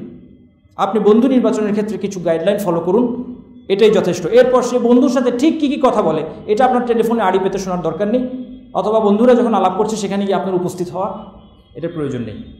তাদের যে নিজস্ব আলাপগুলো আছে সেগুলো আপনি হতে দিন, সব কিছুতে নজরদারি আমরা না করি। প্রশস্ত এবং গোছানো আবাস, আমরা শুরুতে বলেছিলাম প্রথম দিন যে আমরা খুব স্বপ্নের পরিবার নিয়ে কথা বলছি। এখন ঢাকা শহরে প্রশস্ত আবাস আপনি কই পাবেন? আবাস পাওয়াটাই একটা বড় সৌভাগ্য। আমি মাঝে মাঝে চিন্তা করি যে আমার যে একটা মাথা গোজার ঠাঁই আছে, আমাকে যে বস্তিতে থাকতে হয় না, এটা আল্লাহ তাআলা এত বড় নেয়ামত যে সারা জীবন শুকরিয়া করেও এই নেয়ামতের শুকরিয়া আদায় করতে পারবো না। আর প্রশস্ত বাসা পাবেন কই? কিন্তু তারপরেও এটা বাচ্চাদের জন্য আদর্শ। পরিবারে আপনার সদস্য সংখ্যা অনুপাতে বাসা প্রশস্ত হওয়াটা ভালো। এমনকি হাদিস এসেছে এ সম্পর্কে একটা, আপনারা হয়তো অনেকে জানেন। আল্লাহ রাসূল সাল্লাল্লাহু আলাইহি ওয়াসাল্লাম বলছেন, মিন সাআদাতিল মারই আল জারুস সালিহ ওয়াল মারকাবুল হানি ওয়াল মাসকানুল ওয়াসি। পৃথিবীতে একটা ব্যক্তির সৌভাগ্যের তিনটি বিষয় হচ্ছে, 1 নম্বর উত্তম প্রতিবেশী, 2 নম্বর আল মারকাবুল হানি মানে ঝামেলাহীন বাহন। আপনি গাড়ি কিনলেন, প্রত্যেক সপ্তাহে কাজ করাতে হয়, প্রত্যেক মাসে কাজ করাতে হয়, এটা নিয়ে কত ঝামেলা আমরা বুঝতে পারি সহজে। এর বিপরীতে যদি দীর্ঘদিন ঝামেলাহীনভাবে চলে, এটা খুব আরাম। এটাই বলা হচ্ছে এখানে মারকাবুল হানি, ঝামেলাহীন বাহন। সেই যুগে গাড়ি ছিল না, এখনকার উদাহরণ দিলাম। ওয়াল মাসকানুল ওয়াসি, প্রশস্ত বাসা, অনেক বড় বাসা। হাদিস সহিহ।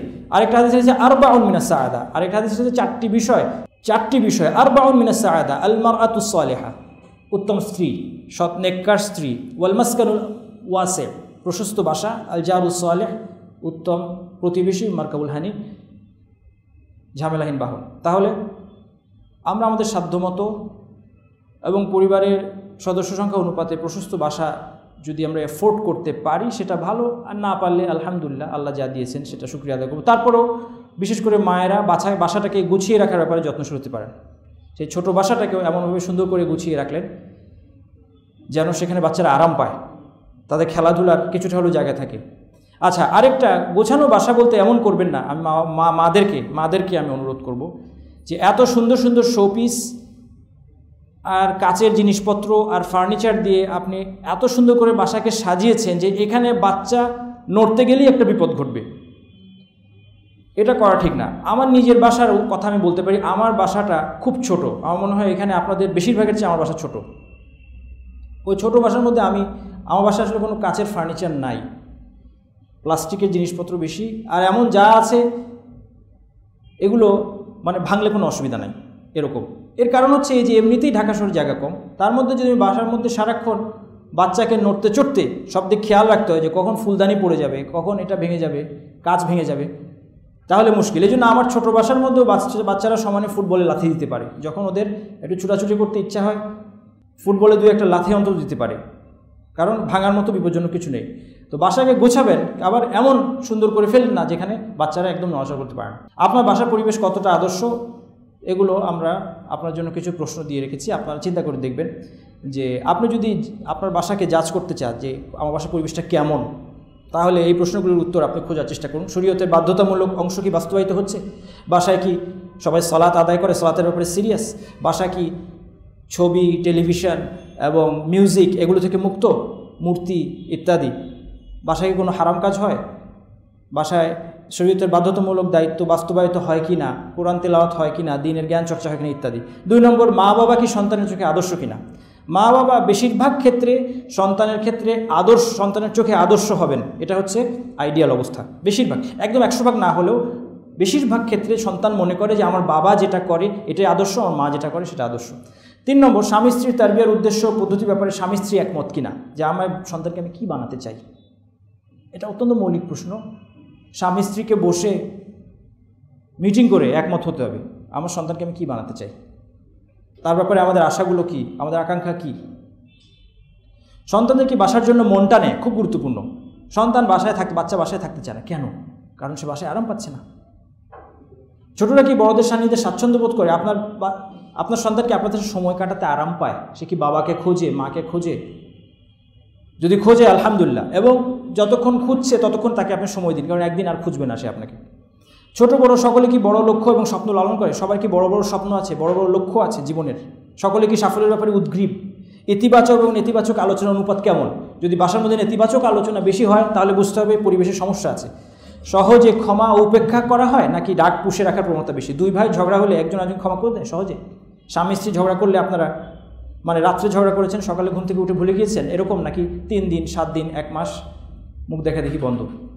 ব্যর্থতার ক্ষেত্রে দোষারোপ নাকি উৎসাহ প্রদান প্রাধান্য পায়? যে কোনো ব্যর্থতার ক্ষেত্রে সবাই কি নিন্দা করে নাকি উৎসাহ দেয়? না, অসুবিধা নেই, তুমি এটা ওভারকাম করতে পারবে, এই সমস্যা দূর করা সম্ভব, এই করো, তাহলে এই সমস্যা থাকবে না।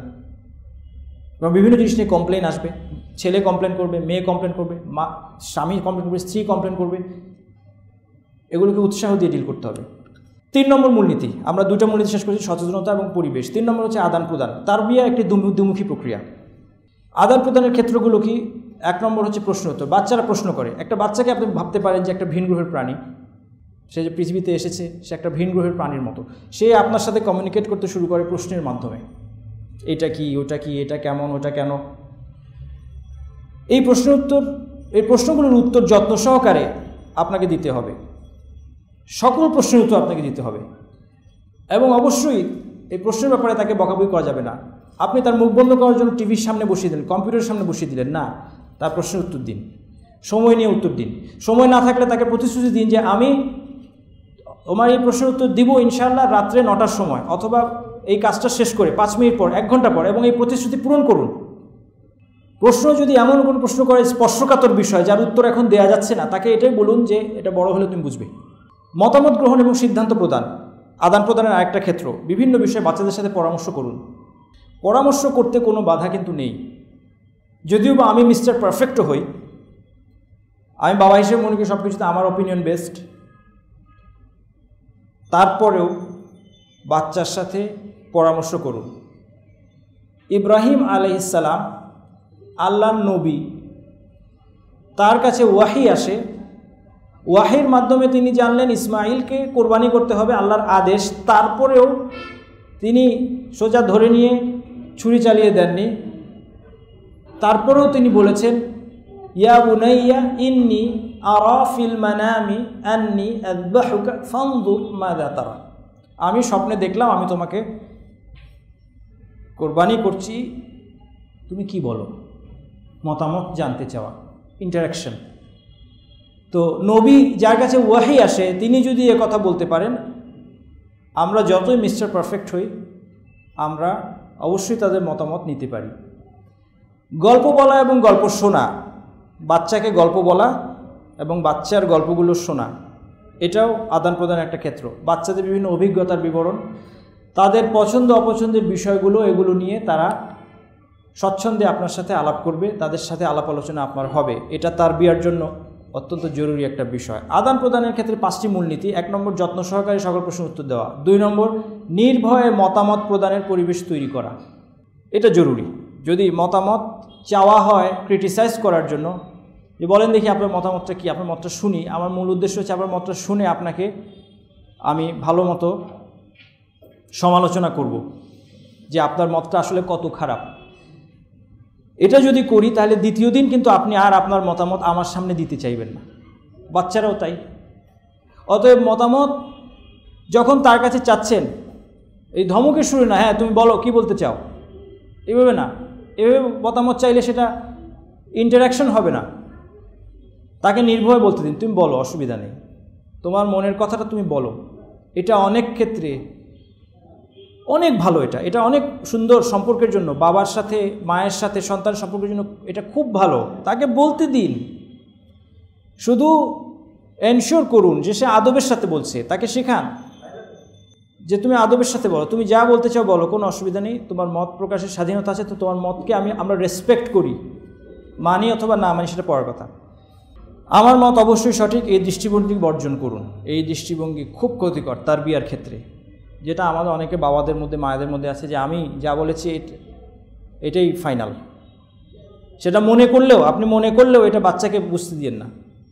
প্রজন্মের ভিন্নতা মাথায় রাখবেন এবং শরীয়তের আবশ্যকীয় বিষয় নিয়ে, যেটা নিয়ে আসলে যে কথা বলছিলাম, যে শরীয়তের আবশ্যকীয় বিষয় পরামর্শের সুযোগ নেই, তারপরেও মতামত নেওয়া এবং বেশি বেশি করে আলোচনা করা উচিত, যেন এটা অ্যাকসেপ্টেড হয়। আদান প্রদানকে ব্যাহত করবে কি? 7টি বিষয় এখানে আমরা নিয়ে এসেছি। একটা হচ্ছে গুরুত্ব দিয়ে কথা না শোনা। অন্য যখন কথা বলে, আমাদের দেশের মিটিংগুলোতে এরকম হয়, একজন যখন কথা বলতে শুরু করলো তখন বাকিরা কেউ মোবাইল টিপছে, কেউ হাই তুলছে, তার কথাটাকে গুরুত্ব দিয়ে শুনছে না। গুরুত্ব দিয়ে না শোনা। শাস্তি প্রদানে যদি বাড়াবাড়ি হয় তাহলে সন্তানরা মতামত প্রকাশ করতে চাইবে না, আদান প্রদান ব্যাহত হবে। যদি নিন্দা বেশি চলে সেখানেও সন্তানরা মতামত প্রকাশ করতে চাইবে না নিন্দার ভয়ে। যদি নেতিবাচক তুলনা হয় একই অবস্থা হবে। তীব্র প্রতিক্রিয়া ব্যক্ত করা, আপনার সন্তানের থেকে একটা কথা শুনে লাফ দিয়ে চেয়ার থেকে উঠে গেলেন, এটা করবেন না। একটা চিৎকার দিয়ে তাকে থামিয়ে দিলেন, এটা করবেন না। এগুলো আমাদেরকে অভ্যাস করতে হবে। নসিহতের বাড়াবাড়ি যদি থাকে, সারাদিন নসিহত চলছে, সারাদিন ওয়াজ চলছে ঘরে, তাহলেও ইন্টারাকশন হবে না। টেলিভিশন ইন্টারাকশনের পক্ষে ক্ষতিকর। টিভির সামনে যখন একটা মানুষ বসে থাকে, সে ওটাতে অ্যাবজর্বড হয়ে থাকে, তখন এদিক ওদিক তাকানো শোনা সময় তার থাকে না। এটা একমুখী একটা প্রক্রিয়া টেলিভিশন দেখা। আমি একটা উদাহরণ দেব হাদিস থেকে। আল্লাহ রাসূল সাল্লাল্লাহু আলাইহি ওয়াসাল্লাম কতটা ধৈর্যশীল ছিলেন, বিশেষত আমরা যে রিয়্যাক্ট করি সেই বিষয়টা এখানে নিয়ে আসা হচ্ছে, যে রিয়াকশনটাকে নিয়ন্ত্রণ করা উচিত। আল্লাহ রাসূল সাল্লাল্লাহু আলাইহি ওয়াসাল্লামকে এক লোক এসে বলল, একটা আবু উমামা আল বাহিলি রাদিয়াল্লাহু আনহু তিনি বলছেন, একটা ইয়াং লোক আল্লাহ রাসূল সাল্লাল্লাহু আলাইহি ওয়াসাল্লামকে এসে বলল, ইদাল্লি বিজ্জিনা, ইয়া রাসূলুল্লাহ ইদাল্লি বিজ্জিনা, হে আল্লাহর রাসূল আমাকে ব্যভিচারের অনুমতি দিন। এর চেয়ে অনেক সামান্য কথা শুনলে আমরা লাফ দিয়ে চেয়ার থেকে দাঁড়িয়ে যাই। এই লোক এসে বলছে আমাকে ব্যভিচার করার অনুমতি দিন। ফাকবাল আল কওমু আলাইহি ফাজাজারুহু ক্বালু মাহ মাহ, সব লোক ছুটে এসে, থামো, কি বলছো, কার সামনে বলছো, কি নিয়ে কথা বলছো? আল্লাহ রাসূল বলেন, উদনু, কাছে আসো। ফাদানা মিনহু করিবান, কাছে এসে ফাজালাসা, বসলো।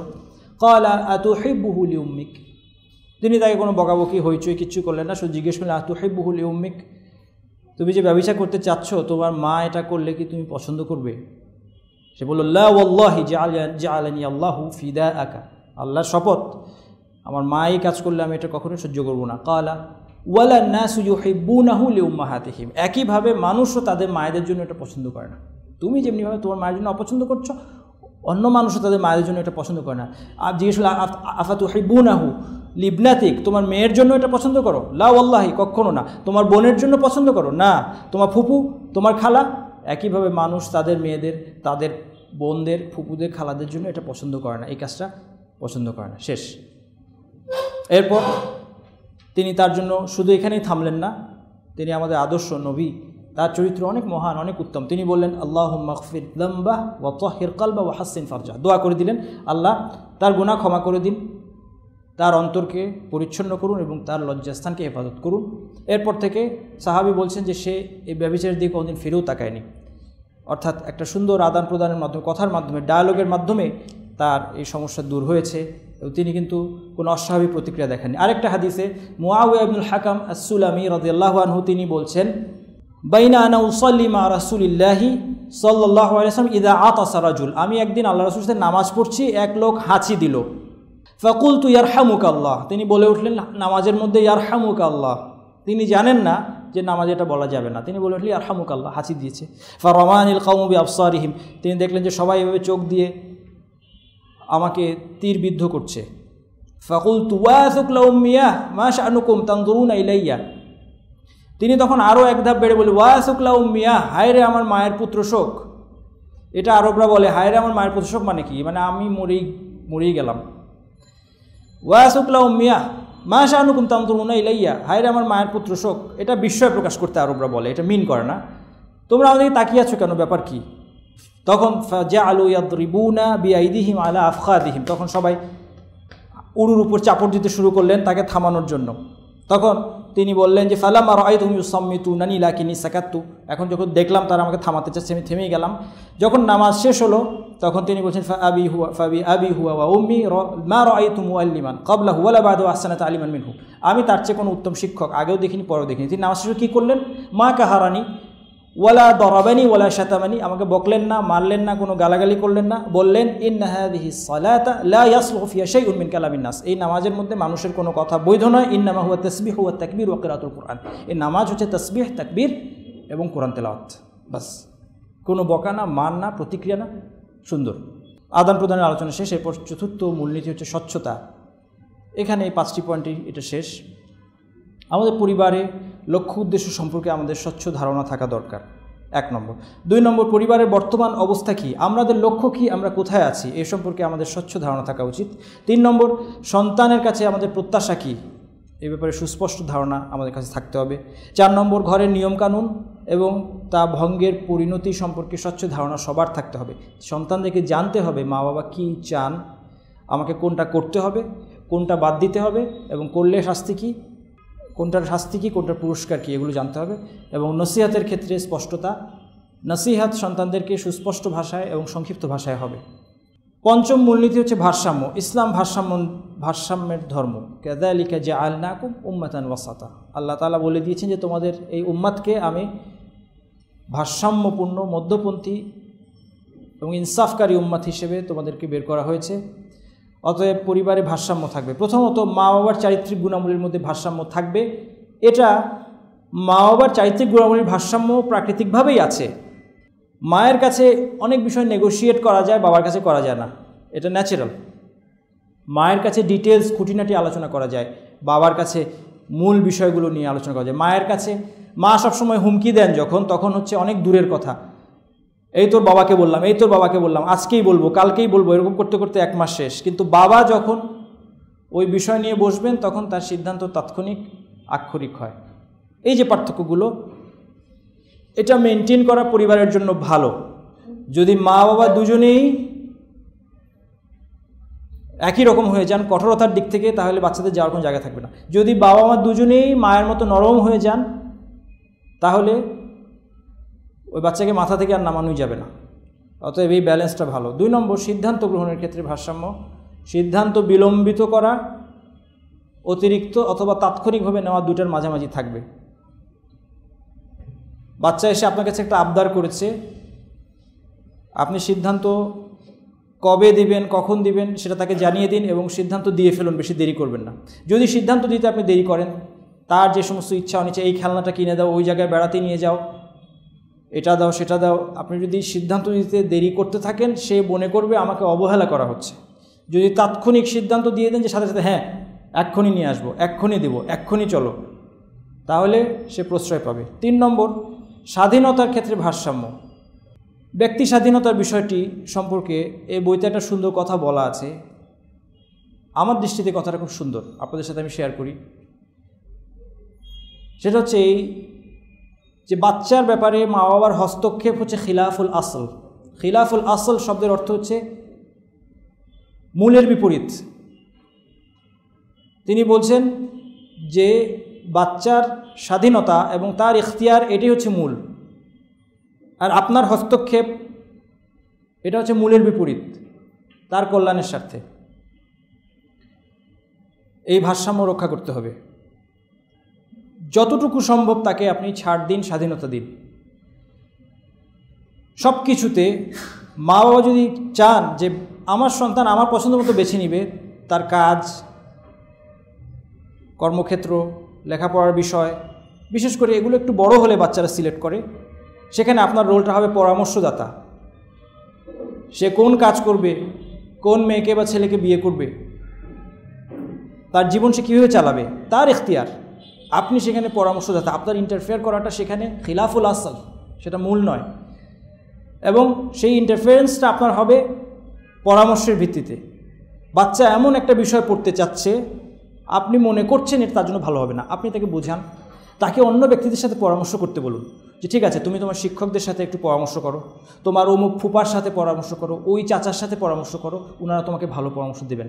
এভাবে তাকে চাপিয়ে দিয়ে, আপনার সাবজেক্ট তার উপর চাপিয়ে দিয়ে তাকে আপনি উপকার করতে পারেন। আমি একজনকে চিনি, বাবার ইচ্ছায় ডাক্তার হয়ে এখন ঠিকাদারি করে। তার কারণ ডাক্তারি পড়ার মতো কোনো আগ্রহ তার ছিল না, এবং সেই জন্য ডাক্তারি করেওনি। শাসনের ক্ষেত্রে ভারসাম্য। শাসন যেন বাড়াবাড়ি রকমের না হয়, আবার খুব বেশি ঢিল দেওয়া ঠিক না। 5 নম্বর, সন্তানের নিজস্বতা এবং সামাজিকতার ক্ষেত্রে ভারসাম্য। সন্তানদের নিজস্বতা থাকতে পারে, সেটা অনেক সময় সামাজিকতার বিরোধী। যেমন কোনো একটা বাচ্চা খুব বেশি সে মানুষের সাথে মিশতে চায় না, সে খুব বেশি চুপচাপ, সে কমিউনিকেট করে না, অনেক ক্ষেত্রে এটা সামাজিকতার জন্য অসুবিধা। সেই ক্ষেত্রে কী করবেন? ভারসাম্য হচ্ছে এই যে তাকে মিনিমামটুকু আপনি করাবেন, তাকে এতটুকু শেখান যে ঠিক আছে, তুমি তোমার মতো চুপচাপ নিজের মতো থাকতে চাও, কিন্তু তোমাকে মৌলিক কিছু দায়িত্ব পালন করতে হবে। একজন গেস্ট আসলে তুমি সালাম দাও, আপনি কেমন আছেন এটা জিজ্ঞেস করো, তাকে বসতে দাও, তারপর তার সামনে বসে থাকো, হাসি মুখে বসে থাকো, তার সাথে কথা বলতে হবে কোনো কথা নেই, উনি কথা বলুক, তুমি শুনো, ব্যালেন্স। কেউ যদি নিরামিষাশী হয়, কোনো বাচ্চা কোনো কারণে সে আমিষ খায় না, খেতে পছন্দ করে না, কিন্তু শরীরের জন্য আমিষ দরকার, তাকে মিনিমাম যতটুকু কিছু জিনিস তাকে বেছে নিতে, অন্তত এই আমিষগুলো তোমাকে খেতে হবে। এমনিভাবে বাচ্চাদের নিজস্বতা যতটা সম্ভব রক্ষা করা দরকার। লেখাপড়ার বিষয় এবং পেশা নির্বাচনের ভারসাম্য আগেই বলেছি। নজরদারিতে ভারসাম্য, এই বিষয়ে আলোচনা গিয়েছে। সন্দেহ এবং বিশ্বাসের ভারসাম্য। বাচ্চাদেরকে আমরা বিশ্বাস করব, তবে যদি সন্দেহের প্রমাণ থাকে কোনো বিষয়ে তখন সন্দেহ করবো, কিন্তু খামোখা সন্দেহ করব না সব বিষয়ে। প্রশংসা এবং নিন্দার ক্ষেত্রে ভারসাম্য। প্রশংসা করব, প্রশংসা করার কারণ উল্লেখ করে, নিন্দাও করতে হবে প্রয়োজনীয় মাত্রায়। সন্তানদের জন্য ব্যয় করার ক্ষেত্রেও ভারসাম্য রক্ষা করতে হবে। 6 নম্বর, সহমর্মিতা। সহমর্মিতা বলতে আমরা বোঝাচ্ছি একটা পরিবারে যে স্নেহ, মমতা এবং ভালোবাসার দিকটা থাকে, এটা হচ্ছে একটা পরিবারের মূল চালিকা শক্তি, এটা মনে রাখতে হবে। মা বাবার সাথে সন্তানের যে ভালোবাসা, সহানুভূতি, সহমর্মিতার সম্পর্ক এবং তাকে উৎসাহ দেয়া, তার প্রতি আদর এবং স্নেহ প্রকাশ করা, এটাই হচ্ছে প্রিভেইলিং ফ্যাক্টর পরিবারের। আর শাসন হচ্ছে ব্যতিক্রম।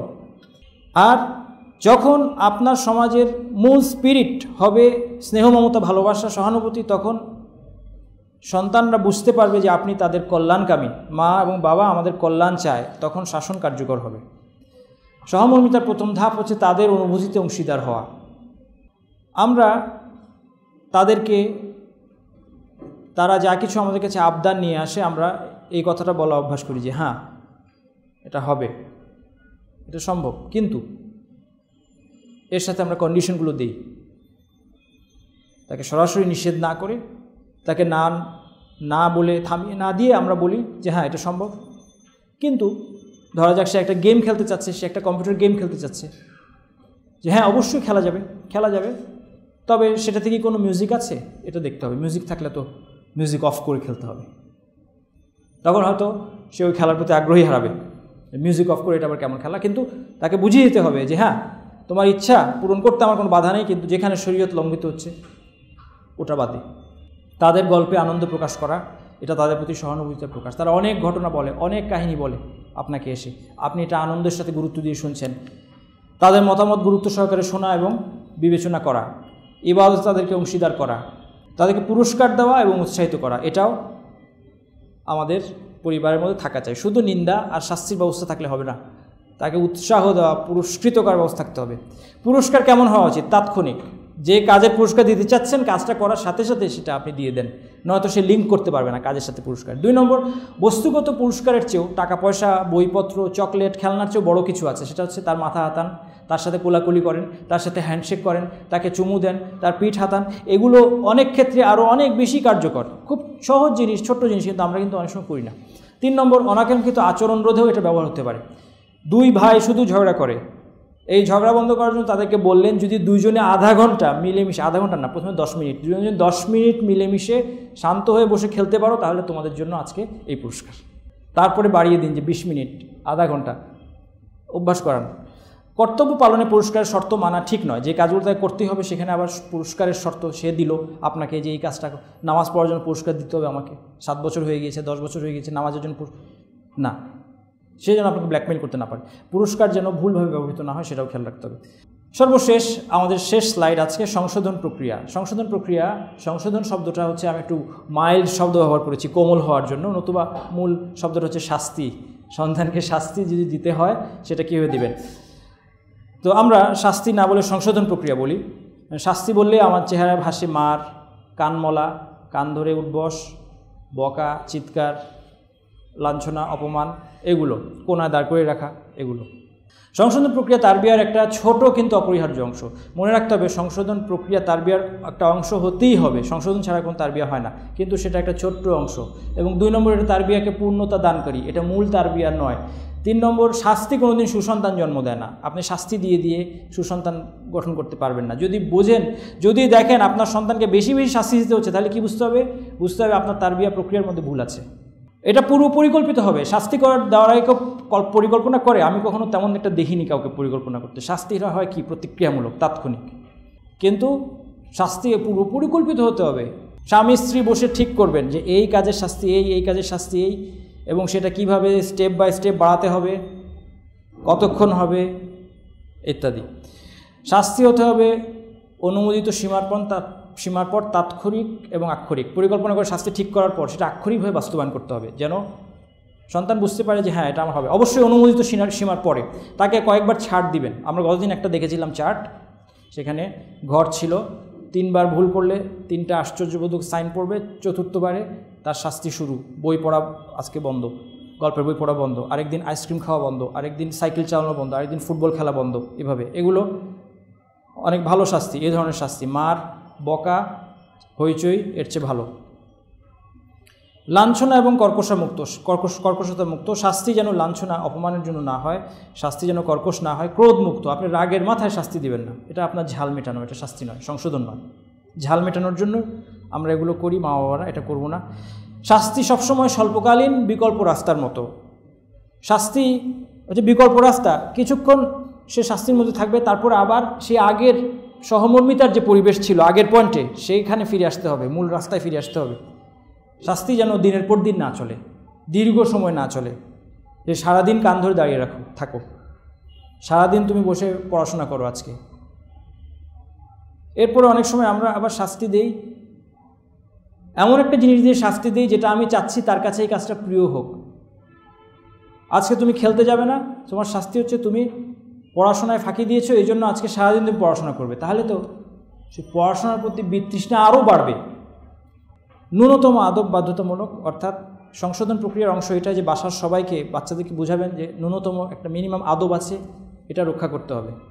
মা বাবার সাথে উঁচু স্বরে কথা না বলা, বেয়াদবি না করা, ইত্যাদি। এগুলো কোনো কাজের যৌক্তিক পরিণতি বহনের প্রস্তুতি তার মধ্যে তৈরি করা। বাচ্চা বাড়ির কাজ ফেলে স্কুলে চলে গিয়েছে, ফোন দিল, আপনি বাবা খাতাটা নিয়ে দিলেন, 1 দিন, 2 দিন, 3 দিনের পরে আপনি বললেন নেক্সট আরেকবার তুমি ভুলে গেলে আমি আর নিয়ে আসবো না। এটা তার জন্য একটা সংশোধন প্রক্রিয়া হবে। আরেকদিন সে যখন ভুলে যাবে এবং আপনি তাকে নিয়ে দেবেন না, এর পরিণতি সে যখন ভোগ করবে, সে বুঝতে পারবে যে আমার কাজের যে পরিণতি এটা আমাকে বহন করতে হয়। শাস্তিটা বয়সভেদে ভিন্ন হবে, সব বয়সের শাস্তি এক নয়। বাচ্চা বাড়ার সাথে সাথে শাস্তির পরিমাণ কমতে হবে। যত বয়স বাড়ছে তার শাস্তি, বিশেষত যখন সে বয়ঃসন্ধির দিকে যাবে এবং পূর্ণ বয়সে পৌঁছে যাবে, তখন তার শাস্তি একেবারে কমিয়ে দিতে হবে। শারীরিক আঘাত করা এটা শেষ সম্বল। মারাটা অনুমতি আছে বিশেষ ক্ষেত্রে, সেটা শেষ সম্বল এবং এর কিছু নীতিমালা আছে, যেমন চেহারায় মারা নিষেধ অথবা এমনভাবে মারা নিষেধ যেটা তাকে আহত করে ইত্যাদি। আমাদের আজকে আলোচনা শেষ। আগামীতে ইনশাআল্লাহ আগামী অনুষ্ঠানটিতে ডায়ালগ নিয়ে আমাদের আলাপ আছে, বয়ঃসন্ধি নিয়ে আলাপ আছে এবং বাচ্চাদের কিছু সমস্যা এবং প্রতিকার নিয়ে আলাপ আছে এবং বই পড়া ও বিনোদন নিয়ে আমাদের আলোচনা হবে ইনশাআল্লাহ। আজকে আলোচনা এখানে শেষ। সুবহানাকাল্লাহুম্মা ওয়া বিহামদিকা আশহাদু আল্লা ইলাহা ইল্লা আনতা আস্তাগফিরুকা ওয়া আতুবু ইলাইক। তারবিয়া সম্পর্কে যদি আপনার কোনো বাস্তব অভিজ্ঞতা, কোনো ঘটনা বা আপনার জানা কোনো চমৎপ্রদ তথ্য থাকে, আমি অনুরোধ করব, এখন পর্যন্ত কেউ আমাকে পাঠাননি, শেয়ার করেননি, এগুলো লিখুন এবং পাঠিয়ে দিন। তারবিয়া মা বাবা একার পক্ষে এটা হ্যান্ডেল করা মুশকিল। আমরা যত বেশি এই বিষয়গুলো নিজেদের মধ্যে শেয়ার করব, আলোচনা করব, আমাদের তত ভালো। আপনার যদি এমন কিছু বলার থাকে যেটা আপনি মনে করছেন তারবিয়া প্রসঙ্গে সবার জন্য জানা এটা উপকারী হবে, তাহলে info@oip.net এই ঠিকানায় আপনারা এটা পাঠিয়ে দিন। আমি ইনশাআল্লাহ সবার সাথে সেটা শেয়ার করব।